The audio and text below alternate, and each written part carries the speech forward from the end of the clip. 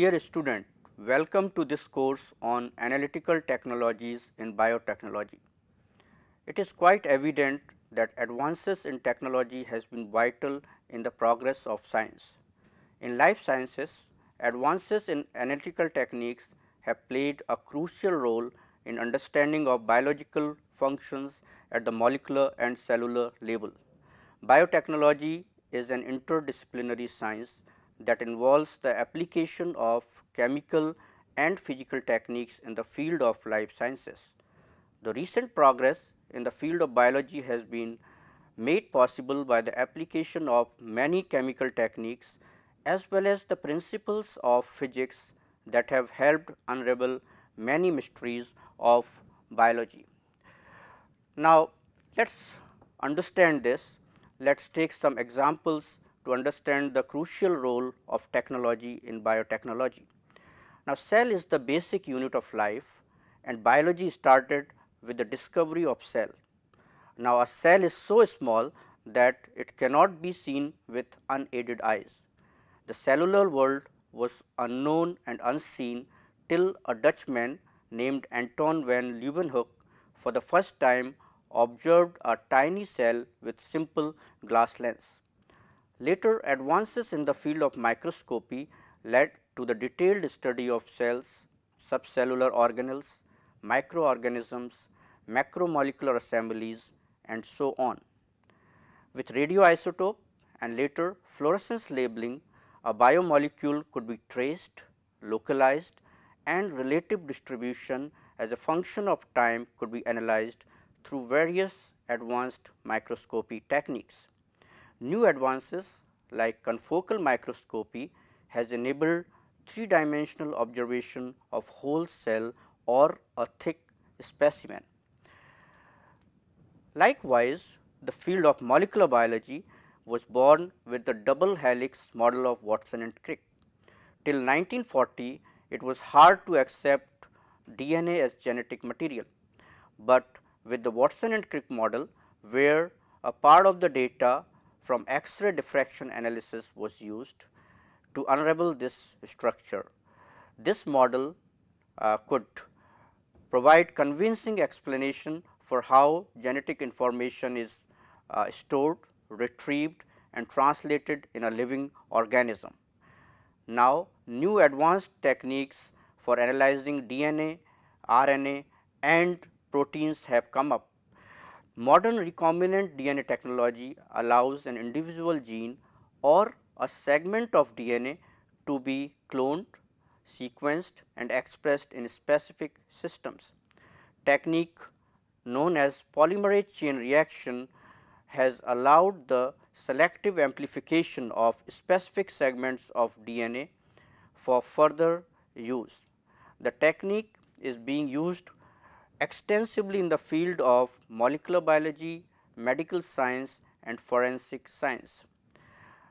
Recently, advanced automated DNA sequencing methods have facilitated the determination of complete genome sequences of many organisms including human, zebrafish, rice, Arabidopsis and so on.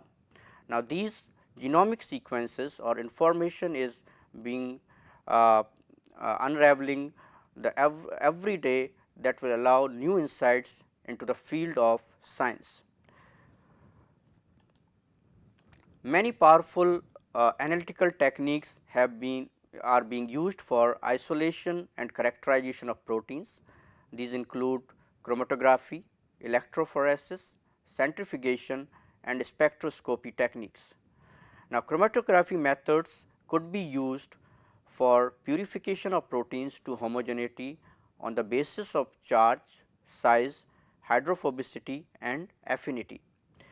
Molecular weight and subunit composition of proteins at very low concentration can be analyzed and this electrophoresis method could be used for this purpose. Two-dimensional gel electrophoresis could be used for resolving large amount of or large mixture of proteins which can be further analyzed by mass spectrometry. Ultracentrifugation could be used for separating various cell components on the basis of size and density. Now, also sedimentation behavior of purified biomolecules could be derived or determined by an analytical ultracentrifuge. Novel techniques in the field of spectroscopy have led to the understanding of interaction between matter and radiation and facilitated the characterization of biomolecules. Many of these techniques have come up. They include UV, visible, IR, FTIR spectroscopy. Three-dimensional structure of proteins and DNA are being determined at atomic resolution using X-ray crystallography and NMR. For X-ray crystallography, purified protein or material needs to be crystallized, where structure of protein in solution can be determined by NMR. The 3D structures are key for understanding structure function relationship, and hence they have immensely helped in the field of drug designing against specific targets. For example, methotrexate is used in anti-cancer drugs.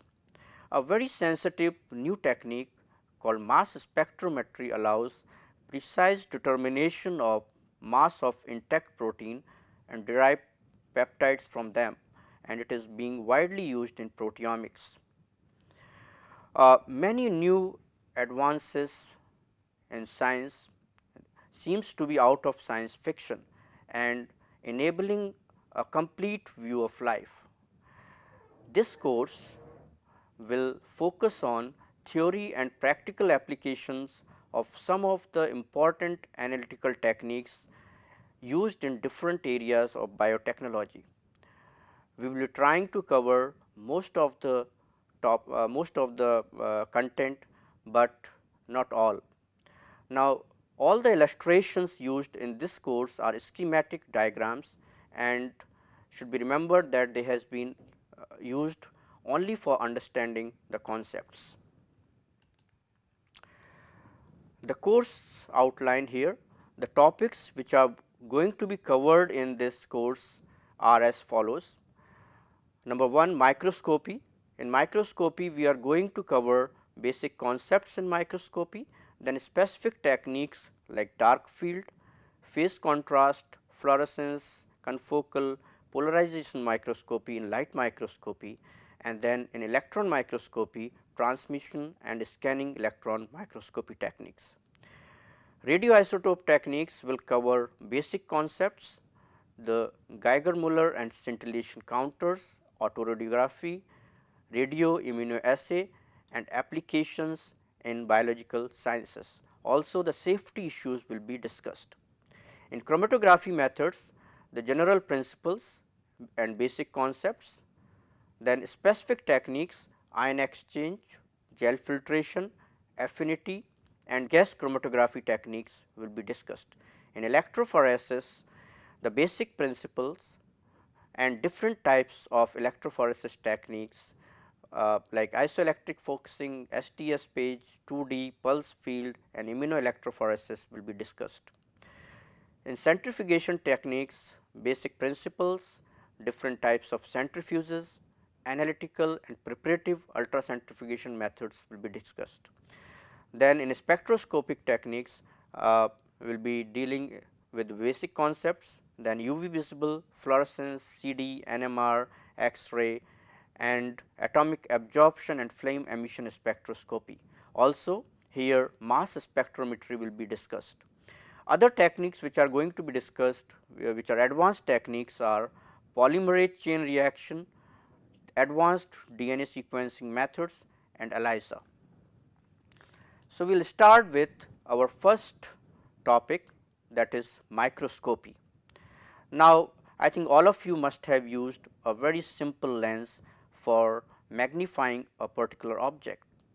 Now, microscopy is the science where microscopes are used for viewing objects that are not visible to the unaided eye. In other terms, that objects are too small to be seen by unaided eyes. The word microscopy comes from Greek roots, where micros means small and scopio means to view. So, microscopy means to view small objects. A microscope is an optical instrument that uses a lens or a combination of lens to produce a magnified image of an object too small to be seen with the naked eye. Now, there are three branches of microscopy. These are optical or light microscopy, electron microscopy, and scanning probe microscopy. Now, the first two microscopic techniques, that is light and electron microscopy, involves various phenomena like refraction, reflection and diffraction of electromagnetic radiation or electron beams to generate an image. Whereas, scanning probe microscopy, the third one, for example, atomic force microscopy involves the interaction of a scanning probe with the surface of an object. Now, the first, let us little bit get the glimpse of the history in very brief of the microscopy. The first microscope to be developed was optical microscope. The first detailed account of the interior construction of living tissue based on the use of microscope did not appear until 1644. The greatest contribution came from Antony van Leeuwenhoek in year 1676, who for the first time discovered the microorganisms using his simple lens. Now, before this, Robert Hooke described the compound microscope in his book Micrographia, published in 1665, and the most famous microscopic observation was his study of thin slices of cork. Later on, after much late, Ernst Abbe together with Carl Zeiss in 1877, almost like 200 years, defined the physical law that determined resolving distance of an objective, which is objective lens we should say, and that is known as Abbe's law. In 1893, August Kohler developed a key technique for simple illumination or we can say sample illumination called Kohler illumination, which is central to modern light microscopy. Now, development of first transmission electron microscope was started by Ernst Ruska in 1931, which was followed by the development of scanning electron microscope in 1935 by Max Knoll, where he got first scanning electron microscopy images, and later by Manfred von Ardeen in 1937, who did pioneering work on physical principles of scanning electron microscope and the beam specimen interactions. In 1953 to 55, Fritz Jarnik and George Nomarski contributed towards the development of phase contrast and differential interference contrast illumination, which allowed imaging of transparent samples. The 1980s saw the development of first scanning probe microscope, and from then lot of advancement has taken place in the field of microscopy. Now, let us start with the microscopy and let us discuss some of the terms which are related to microscopy. The first term we are going to discuss is absorption. I think everybody understand about absorption.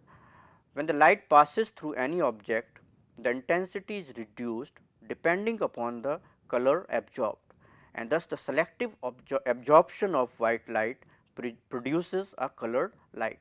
So, any time a light passes through certain object or a specimen, there is certain absorption takes place which reduces the intensity of the transmitted light. Then second term is refraction. I think refraction is the turning or bending of any wave such as light or sound wave when it passes from one medium into another medium of different optical density or refractive index. Like here shown, when light passes from air to glass and back into air, there is the bending of light, and you can see the angle of incidence and angle of refractions are different. I think everybody must have seen this phenomenon when they have seen objects dipped in water. Third term is diffraction. Now, diffraction is the change in the direction and intensities of a group of waves after passing by an obstacle or through an aperture whose size is approximately the same as the wavelength of the wave. Now, for in some simple terms, light rays bend around edges or apertures, and the new wave fronts are generated at sharp edges. So, diffraction is an important term with relation to resolution, as we will discuss later on. Next term is dispersion. Dispersion is a phenomenon in which separation of light into its constituent wavelength occurs when entering a transparent medium. For example, white light consists of more than one wavelength, and they will be separated or they will be distributed when they pass through a prism or certain other medium. Next term, very important, magnification, as we use lens or microscopes for magnification. Now, magnification is the process of enlarging an object only in appearance and not in physical size. So, when we are looking at the magnified image, it appears to be large and it is not really large as such. Next term is interference. Now, interference is the variation of wave amplitude that occurs when waves of the same or different frequency come together. There could be constructive interference or there could be destructive interference. I think we will discuss this in detail later on. The next very important term is resolution or resolving power of a lens. Now, resolving power is defined as the distance separating 2 points, objects within the specimen that can just be distinguished from one another in the image.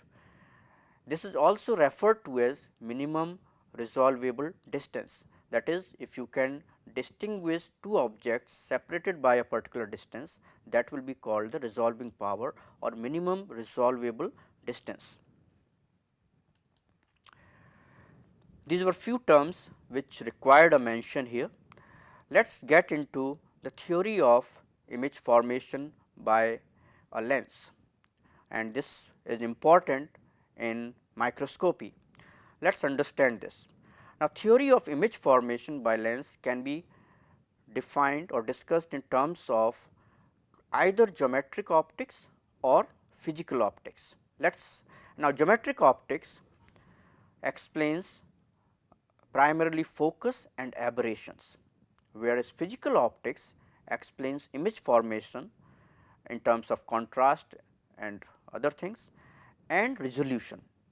Let us take both of these things one by one. Let us first discuss geometric optics.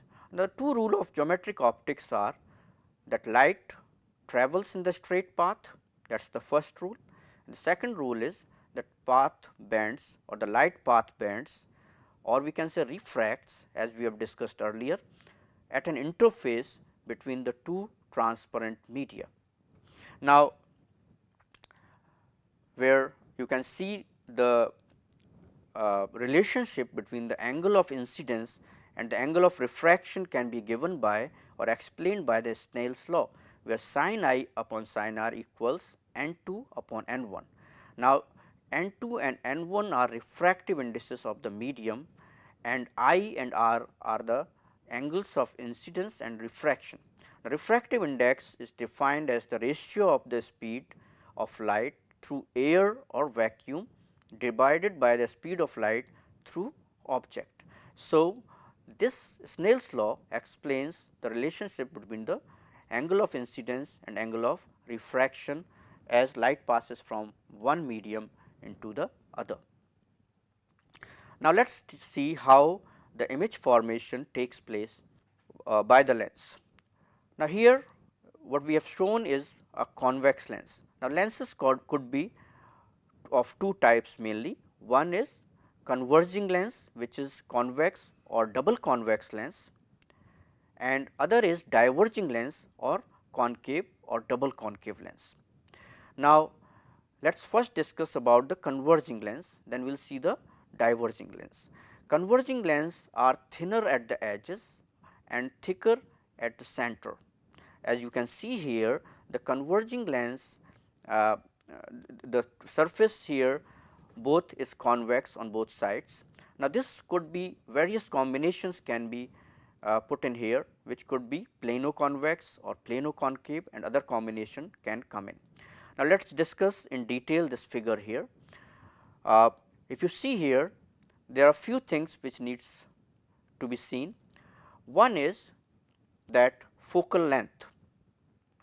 Now, this lens is a biconvex or double convex lens, and this lens here will converge the light rays which are falling parallel to it. Now, the f or focal point is the point where the lens will focus all the light which are falling parallel rays which are falling on it. Now, the length from the lens to the point where the light is focused is called the focal length, and the plane at the focal point is called focal plane. Now, there are other things to be seen, that if you see here, object has been placed beyond one focal length, and you can see that an image is being formed which is inverted image, that is upside down. Now, on the left object is placed, and the distance where distance between the lens and the point where object is placed called object distance, and the where object is placed is called the object plane. Likewise, on the right side, the place where image is being formed is called image plane, and the distance between the lens, the center of the lens, to the point where image is being formed is called image distance. Now, as we will see later on, the relationship between the position of the object and the image formation, but here what we see is that a converging lens forms a real inverted image on the opposite side of the lens, that is, your object is on the left side and the image is being formed on the other side. Now, when we say it is a real image, it means that the rays or light rays are converging at that point. For example, if you put a piece of paper or a screen, the image could be seen there, could be recorded there. So, that is what a real image is. Inverted means, if you can see that arrow has been inverted, that is, it is upside down, and that is what inverted image is called. And this image has been formed when you have placed the object beyond a single focal length, and we will see how the relationship is between the object position and the image. Now, this whole thing could be explained, or you can say the image distance, object distance and focal length can be related by a simple Gaussian form of lens equation, which is 1 upon O plus 1 upon I equals 1 upon f, where O is object distance, I is image distance and f is focal length of the lens. Linear magnification, which is the magnification obtained, is given by the either by I upon O. Now, here I will be negative, and negative sign indicates that an inverted image is being formed. So, and or it can be given by the height of the image to the height of the ratio of the height of the image to the height of the object. That can also be used for determining the magnification.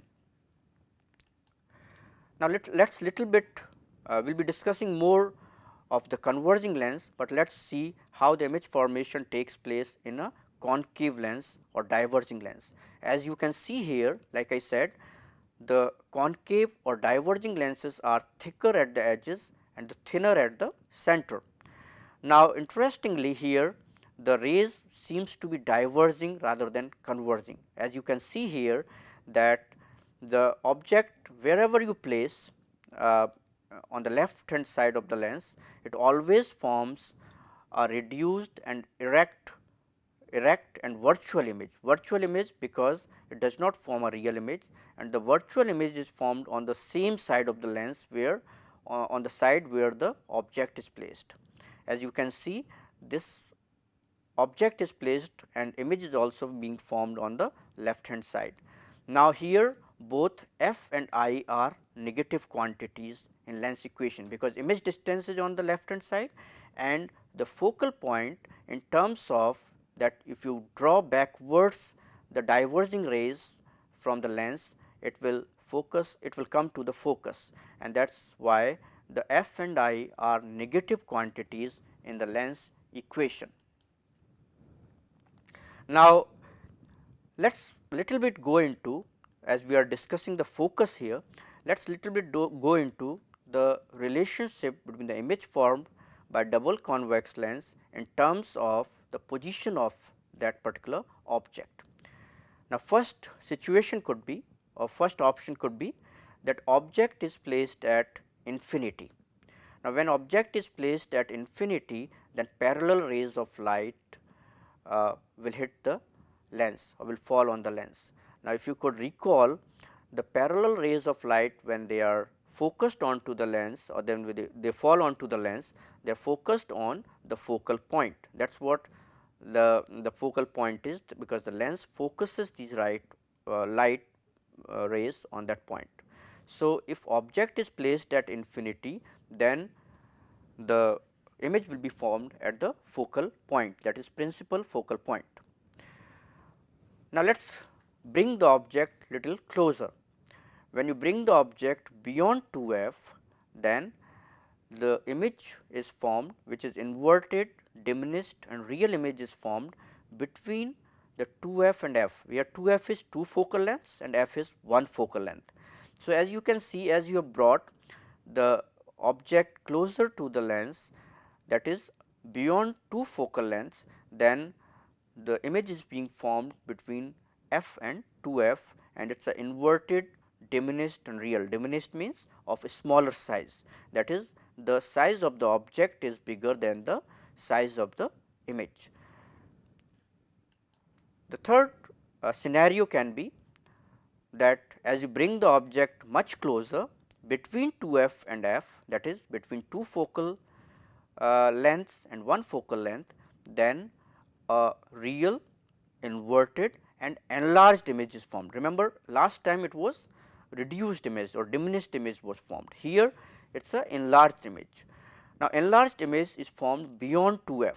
So, as you are bringing the object closer, then the image is being formed at the farthest point on the other side of the lens. So, in case where you have put the object between f and 2f, the image is being formed farther from 2 focal lengths, and it is inverted, real and it is enlarged, it is magnified image, as we can say. Now, if you bring it further closer, like at focal point, then what happens is that image is essentially not formed, or we can say image will be formed, but at infinity, because as the rays leave the lens, they are the parallel rays which are focused at infinity. So, this will be scenario if object is placed at focal point. Now, the last scenario is that you can bring the object further closer to the lens, that is before the focal point or less than 1 focal length. Now, in this situation what will happen is that rather than a real image is being formed, a virtual upright and enlarged image will be formed, and as we say virtual image, then this image is formed on the same side of the lens as the object is placed. So, if the object is placed at a distance shorter than focal length, then virtual upright image is formed, it is not inverted. And remember, when we see magnification negative I upon O, here that negative will become positive. So, that is the difference here, indicating that it is a upright image. So, what we have seen in here is, if you see if we have to infer from here that as the object is farther from the lens, the image is formed closer to the lens on the other side, but as you bring the object very close to the lens, the image is formed at the farthest end or much further from the lens on the image plane side or on the right hand side. Now, if you bring the object too close, then a virtual image is formed which is upright. So, that is the main point here which needs to be considered. Now, this we have discussed is one part, that is focus and how image is formed when object is placed at different places on the left hand side of the lens or one side of the lens. Now, let us go into the other part of geometric optics, that is aberrations. Now, aberrations are when lenses fail to bring the rays or all rays from a given point on an object to a unique focus, that is called aberrations. Now, when there is an aberration, then blurred or not so clear images are formed, because all rays are not focused at the same point and you do not get sharp image. There are two main types of aberrations here. One is called chromatic aberration and another is called spherical aberration. Let us see what are the two kinds of aberrations. Now, chromatic aberration occurs because index of refraction of any substance depends upon the wavelength and the position of focal point is dependent on wavelengths. So, what happens is that supposing a white light containing different wavelengths is focused on the lens, then they will be focused at different points, they will not be focused at the same point. Like for example, blue light will be focused closer to the lens, like it will have a smaller focal length as compared to the higher wavelength light, for example, red or green. So, these lights are not focusing at the same point and what you get is a blurred image with different color separation. Now, this chromatic aberration is a kind of problem, but it has been corrected by using a lens system consisting of several types of glasses or lenses, for which the relationship between the index of refraction and wavelength balances to make the refractive index independent of wavelength. So, what you get is you get a clear and sharp image in the corrected lens systems, and these are called achromatic or apochromatic lenses. The next aberration is physical aberration or spherical aberration as we call it, and it is also called principal point imaging aberration.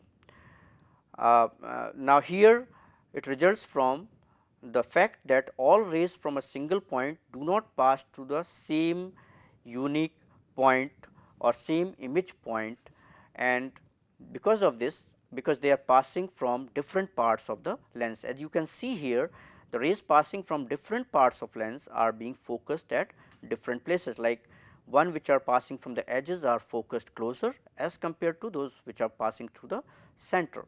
And this is a problem with lot of lenses, and the spherical aberrations like chromatic aberration also has been corrected by appropriate lens constructions. So, both in advanced microscopes now, both chromatic aberration and spherical aberrations have been corrected, and these are called aplanitic lens like achromatic lenses.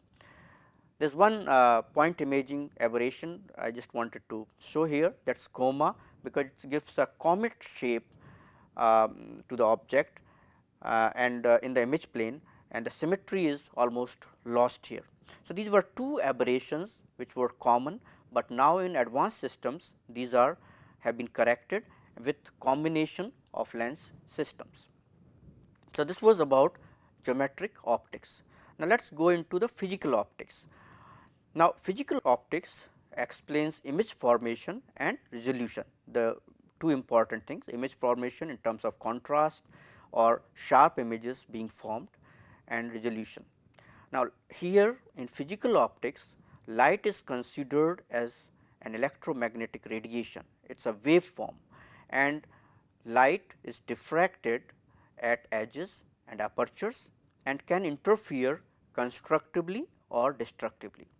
Now, when diffraction occurs or when light passes through a specimen, then diffraction occurs, because you can consider that there are edges or there are apertures in there. A lens can also be considered as an aperture and can diffract light. So, what happens is, when an illuminated point in the object plane, it appears as a circle of light surrounded by a series of bright concentric rings, resulting from constructive interference in the image plane. Now, the pattern is defined as an airy disk or airy pattern. Airy disk is the central light disk, and the concentric rings in totality it is airy pattern. Now, resolution is determined by the ability to separate different airy disk patterns arising from each points closely placed. There will be lot of points from where diffraction will occur, and each will give its own pattern, and or each pattern has to be separated. As we can see here, that airy disk, in the sense you have airy disk pattern where there is a central bright light, then it is surrounded by concentric rings where light and dark rings, which are resultant of destructive and constructive interference. Now, if you consider here, like I was saying, if the two airy disks are if the 2 points are too close and their airy disk patterns or diffraction patterns overlap, then you will not be able to distinguish them. But if these two airy disk patterns, particularly the central light disk, can be separated, then the 2 point objects can be resolved. And this could be seen here, that in the first case you can see only one airy disk, which is you can see one circle, because the both patterns are superimposed and the 2 point objects cannot be resolved. In second one, there are partly overlapping, and since the two patterns are partly overlapping, it is not completely resolved. In third case, you can see that 2 point objects are completely resolved, as their airy patterns or airy disk, central bright disk, is only partly overlapping. So, to get resolution or to see 2 point objects as a separate entities, these two diffraction patterns has to be resolved. And this has defined the resolution in terms that radius of the first dark ring surrounding the central disk has been calculated to be 0.61 lambda upon n sin u, which is defined as resolution. We can see it in detail here, that resolution limit or minimum distance that 2 points in an object must be separated to resolve is given by d, which is the minimum distance which could be resolved by 0.61 lambda upon n sin u. Now, here the minimum distance or d which could be resolved is limited by the wavelength. So, if you see, lambda is the wavelength, u is the angle made by the lens and at axial object, and it is the half the angle, you can say, of the total cone of light. You can say as of aperture, or 1/2 of angle of light entering the lens here. Then n is the index of refraction of an on object side of the lens. Now, most of the time you will have air as the medium, and n will be the index of refraction of the air, but there could be lenses where you could have oil immersed lenses or water immersed lenses, as we will see. Now, resolution can be increased by decreasing wavelength, like here one has to understand as d decreases, we say resolution is increasing. So, d has to decrease in order to increase the resolution. So, if you decrease the wavelength, d will decrease, and hence the resolution will increase. Increasing n, that is refractive index. So, when you have oil immersed lenses, the refractive index is higher and you can get better resolution. And increasing u, as you bring the lens closer to the object, the u will increase, and that will certainly increase the amount of light gathered, and that will certainly increase, and therefore, it will increase the resolution obtained. Now, the denominator, that is n sin u, is called numerical aperture. Now, this in optics, as we say, numerical aperture of an optical system is a dimensionless number, and it characterizes the range of angles over which the system can accept or emit light. N is a constant for each lens and is a measure of its light gathering qualities. The maximum possible numerical aperture for an object designed to be used in air is 1, because refractive index of air is 1.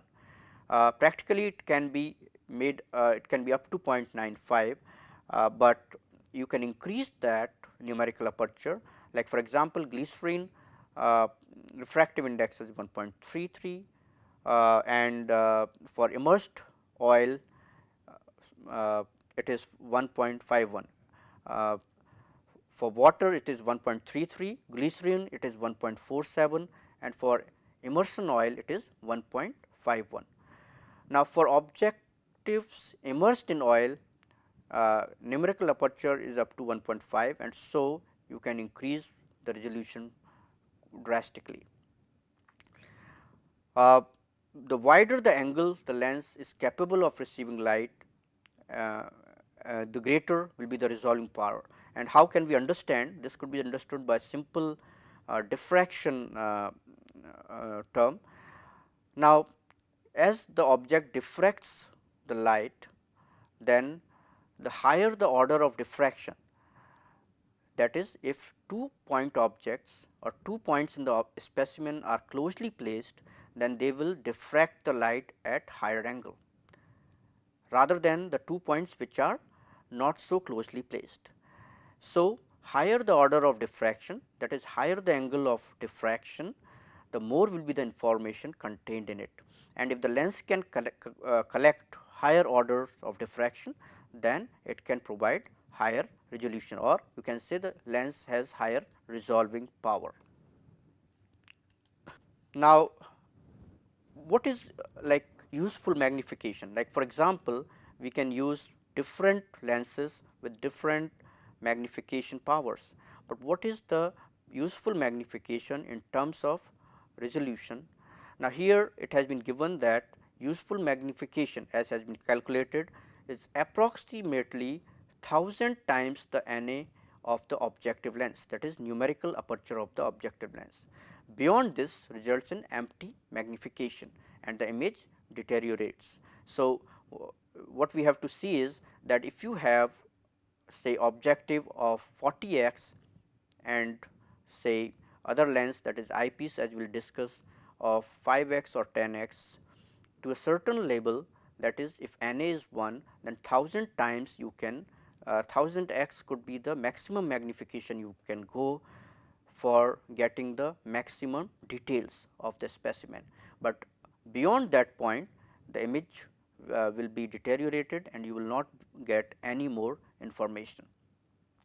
Now, higher Na is achieved by using lens with a short focal length, which allows lens to be placed very close to the specimen and decreasing the wavelength. Now, limit of resolution. If you consider all different things, so limit of resolution of light microscopy can be determined by substituting minimum possible wavelength and maximum possible Na. Now, the value obtained with the conventional lenses is about 0.2 micrometer, which is sufficient to resolve large cellular organelles. So, that is the limit of resolution for light microscopy, because you cannot go below a certain wavelength for light microscopy, and you could have only you can numerical aperture could reach up to certain place. For example, in oil immersion lens it could be highest. So, you have if you substitute maximum values for this, the resolution will go up to little less than 0.2 micrometer, and which is quite good for many cellular experiments or to view many cellular organelles. If you compare it with the naked eye, the numerical aperture of naked eye is 0.004, which is, and limit of resolution is around 0.1 millimeter. So, you cannot see, at the best you can see up to 0.1 the objects or the points which are separated by 0.1 millimeter. Now, let us go into little bit, as we have seen through the physical optics and geometric optics. Let us summarize the two things. In geometric optics, what we are discussing is the focus and aberrations, where you have seen that lens focuses the light on a certain point, which is called principal focal point, and the object, the image formation takes place in terms of where the object is placed. Other thing was the aberration. Aberration was that lens fails to focus lights at the lights of different wavelengths at the same place, or which is a chromatic aberration, and the spherical aberration because of the construction of lens, or because of the light passing through different parts of the lens is not focused at the same place. Therefore, the spherical aberration or point imaging aberration occurs, and both has been corrected for the in the advanced microscopes. Resolution is again function of, like we have seen, that wavelength, the refractive index, and the angle at which the light is being collected. So, the n sin u, that is numerical aperture, is very important here in terms of determining the resolution and terms of light gathering capabilities of a lens. Today we will stop here. In the next lecture, we will start with the microscope, which is compound microscope. Different parts, we will discuss different parts of compound microscopes and the importance of those constituents. Thank you very much.